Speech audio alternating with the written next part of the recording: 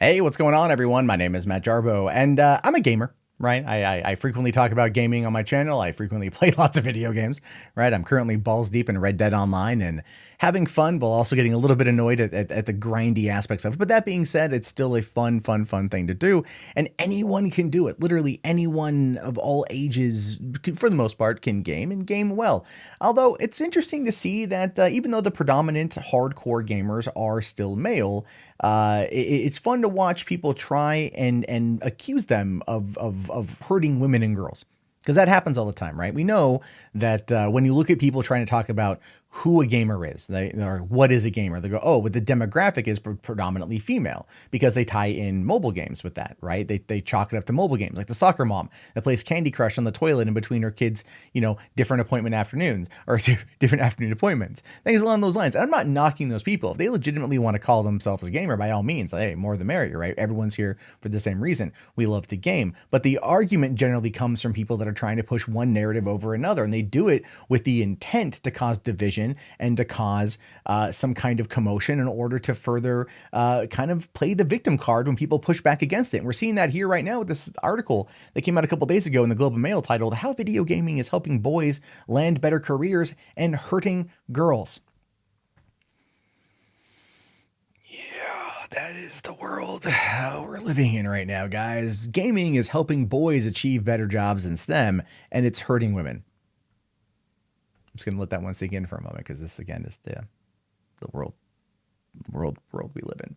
As anyway, it says here that there's good news for video gamers trying to convince mom and dad that their devotion to Fortnite or World of Warcraft isn't a waste of time and energy. Okay, hold on. Who the fuck plays World of Warcraft like that anymore? Right? There's no professional WoW players. That craze has been dead since Make Love Not Warcraft went to South Park. You know what I mean? There are don't hey, okay, World of Warcraft players. I'm not saying you don't exist. I'm saying there's simply not as many of you as there were 10, 15 years ago.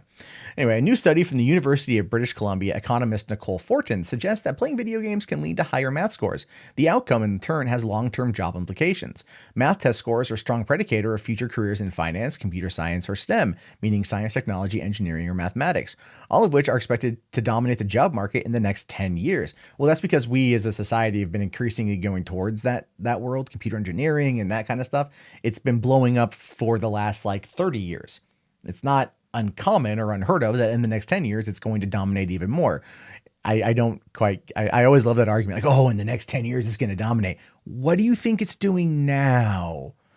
Right? Like, I live in Washington, south of Seattle. It's a big tech area, right? I used to live in California, and I traveled to San Francisco occasionally. It's a big tech area. There's a lot of money being made in those markets. A lot of people are flocking to those markets, and it's all STEM based for the most part. So trying to say that in the next 10 years it's going to dominate is just not only woefully completely misinformed, but it goes to show you where the basis of this argument is going to be coming from. It's not looking to what's already been or why it's already been. It's looking to what's going to happen. Right? Again, it's more propaganda.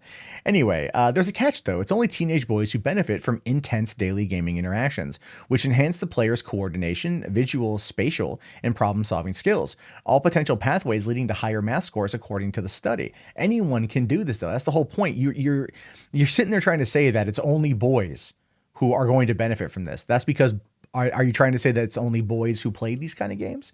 Therefore, the hardcore gamer, the person who would therefore identify as a gamer, the people who've been fighting for their identity for years, being told that it's not good enough to be a male and gamer. You have to not move away from PC and console games and include mobile, which no gamer ever really wants to truly include mobile, because they don't view that as being a hardcore gaming experience. Even though in some aspects they have done some mobile games right that have kind of been pretty big experiences. But I'm trying to sit here and say, you're still discounting women from playing the game. You're still trying to sit there and play that demographic down, right? You don't want to sit there and bring in the demographic that's all games, right? Because remember, that's how we hear about that it's like, over 50% of gamers are women. We hear that demographic all the time. We hear that statistic all the time, except when it's not valuable to the argument at hand, which would be in this particular study. So again, it's kind of, you can see where the propaganda is coming into play.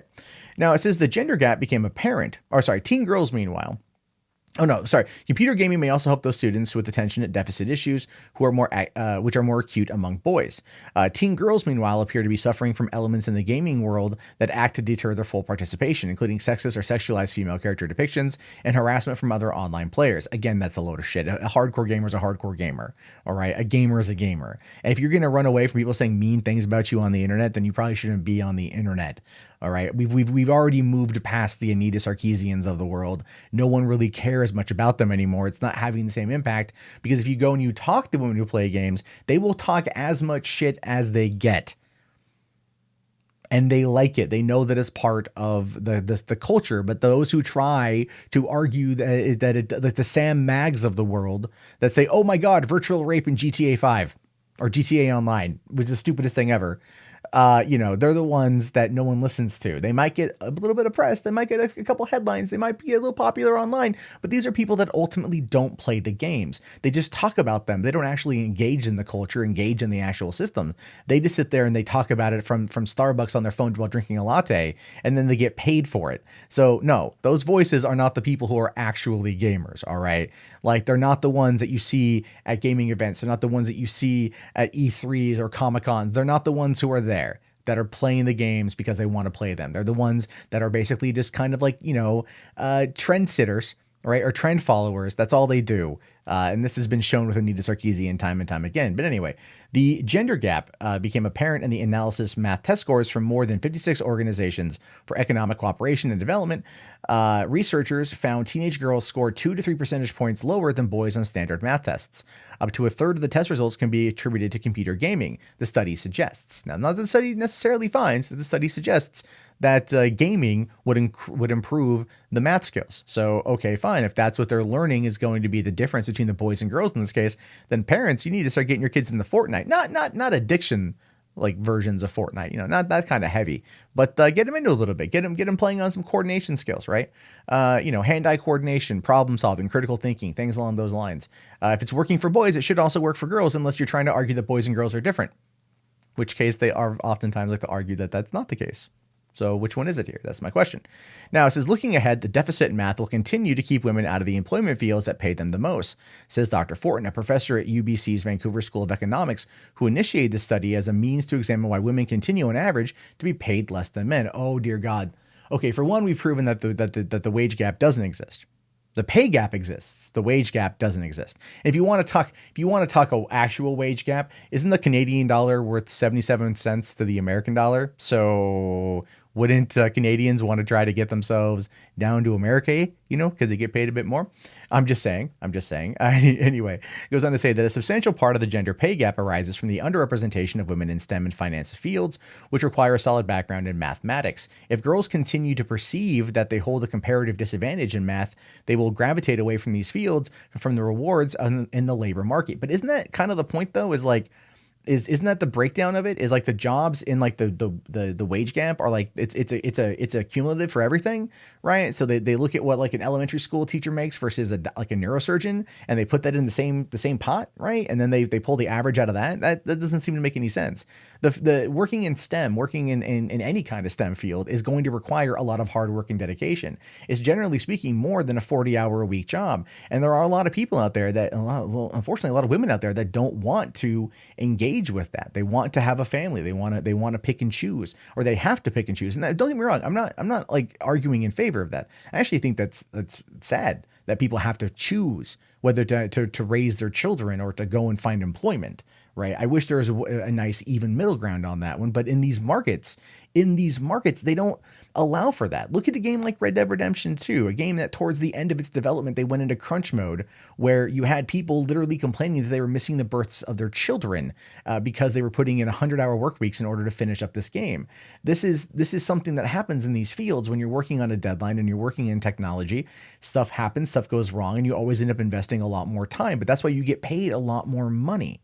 What they're trying to argue for here is to let these women come in and get paid the same and do less work, which everyone would want to do that if that was the case, right? If that was that easy, everyone would do it. It's never that easy. It's never an easy answer, but it's always presented as such. There's the societal ramifications of it are just not the same. Anyway, it says here that according to the study, boys engage in daily multiplayer online games at 3 times the rate of girls. Almost half, 47% of boys played any computer game every day versus 16% of girls. 36% of boys versus 7% of girls played collaborative games daily. Despite the study results, Dr. Fortin says she isn't suggesting parents encourage the girls to spend more time gaming. Well, then what are you saying? So you're saying don't compete at a level that your peers are at. Don't push yourself to be at the same level as your peers. Have your peers change their standards to lower to you. Is that fair? Is that right? Is that just? Is that even like any kind of reasonable way? Right? Like if I want to get better at YouTube, if I want to gain a bigger follower base, if I want to have more subscribers, if I want to get more views, I don't sit there and like go to YouTube and go like, you need to give me more. You need to do it. No, you work harder. You work harder. You put in the time. You put in the effort. You find what's important to you and you follow that and you make it your thing. This is the thing I don't like about Dr. Fortin. What she's saying here is personal responsibility about your own dreams and hopes and ambitions mean very little to you unless you actually are getting it handed to you. It's that whole equity versus equality argument, right? Everyone wants equality and we ultimately are pretty equal, but it's that equity that people like to argue about, the equity of being handed something without earning it. No, man, F that. No, we don't live in that world. We're never going to live in that world. What you should be preaching instead of trying to say like, oh, we need to lower standards is we need to encourage people to follow to go into a trade, to go and prep for this at a younger age. We coddle a lot of kids these days and just tell them and throughout middle school and high school, no, go to college, go to college, go to college, go to college. It's all going to be fine in college. You'll learn who you are in college. Right now, just get through these 4 years or whatever, and then college, college, college. And kids go to college not knowing what they want to do and just picking a major and taking on $50,000 in student loan debt, which is crippling the American economy. It is. It's over $1.5 trillion in student loan debt that we're currently at. It's the next housing bubble. That next crisis is going to be because of that. And it has everything to do with the fact that we push these kids towards college without ever knowing what they want to do. Oh, and by the way, when they get to college, two-thirds of the attendees are women. 2/3 of the graduates are women, but yet they're still not going into the STEM field. I'm gonna summarize the answer to Dr. Fortin right here. You can lead a horse to water. You can't make him drink. That's the truth. There's your study right there. Right? There's your study in a nutshell. You sit there and you argue that that women are not going for these jobs because it's too competitive, and that boys play video games, and therefore that hurts women's chances of going into a competitive field. But yet you completely overlook the fact that it's a competitive field, meaning you have to be good in order to get into it. You cannot sit there and expect someone to want to learn about how to develop new medical technology while while not going through the process of learning coding and learning engineering and learning the science behind it, and going in there like kind of half-assed and going like, well, I got here because I was given the role because of my gender, and I will do just as good of a job even though I haven't gone through the same work as everybody else, whether they're male or female. When you do this, when you push this kind of idea, when you talk about this, you literally are creating a token, right? You're creating a token, and all that does is negatively impact everyone else who's been there. It's a slap in the face to everyone who's worked hard to get what they want. It is. It's a slap in the face.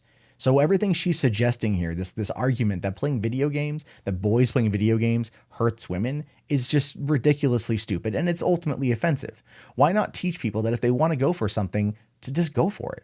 Right? I'm not saying everyone's dreams are going to come true, and telling someone to follow their bliss is ultimately something kind of stupid, but teaching kids at a young age to look into what they may be interested in and then training for that and learning what they need to do in order to accomplish that would allow them to have a better, more fundamental, solid understanding of who they are as people by the time they enter the young adult age to then be able to make their way in life. If you prepare them when they're younger to have a good life or to be able to work for that life, then they're going to do it.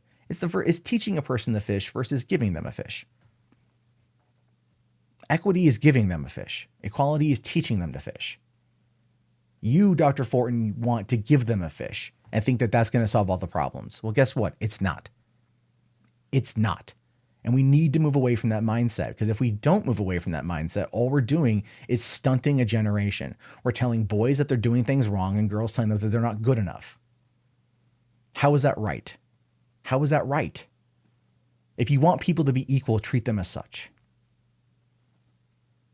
Anyway, I leave it to you guys. What are your thoughts on this? Let me know down in the comments below. Curious to know your thoughts. These should be fun. Anyway, thumbs up the video, subscribe, check back often for more content from me. My name is, of course, Matt Jarbo. Have yourself a great day, guys, and peace out.